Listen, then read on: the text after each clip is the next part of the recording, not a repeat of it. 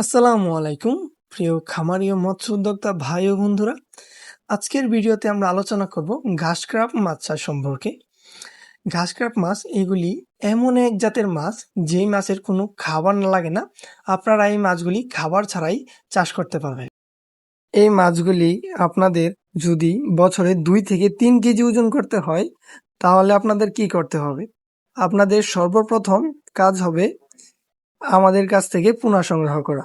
আমরা দিচ্ছি সারা বাংলাদেশে ক্যাশ অন ডেলিভারি অরিজিনাল ঘাস ক্রাপ মাছের পোনা। আপনারা দেখতে পাচ্ছেন স্ক্রিনে আমরা এভাবে জাল দিয়ে ঘেউ দিয়ে তারপর মাছগুলি পুকুর থেকে তুলে থাকি। এই মাছগুলি তুলে 12 ঘন্টা শাওয়ারিং করার পর আমরা এই মাছগুলি আপনাদের দিয়ে থাকি। আমরা খুবই বিশ্বস্ততার সাথে অনেক বছর ধরেই ব্যবসা করে আসছি। যারা আমাদের কাছ থেকে পোনা নিতে চান তারা ভিডিওর স্ক্রিনে দেওয়া নম্বরে যোগাযোগ করতে পারেন। প্রথমে একটা পুকুর বেছে নিন। পুকুরের খুবই গুরুত্বপূর্ণ, পুকুর প্রথমে শুকিয়ে ভালোভাবে চুন প্রয়োগ করে নিন এবং আগাছা পরিষ্কার করে নিন। তারপর আপনারা আমাদের কাছ থেকে পোনা সংগ্রহ করে পুকুরে ছাড়বেন।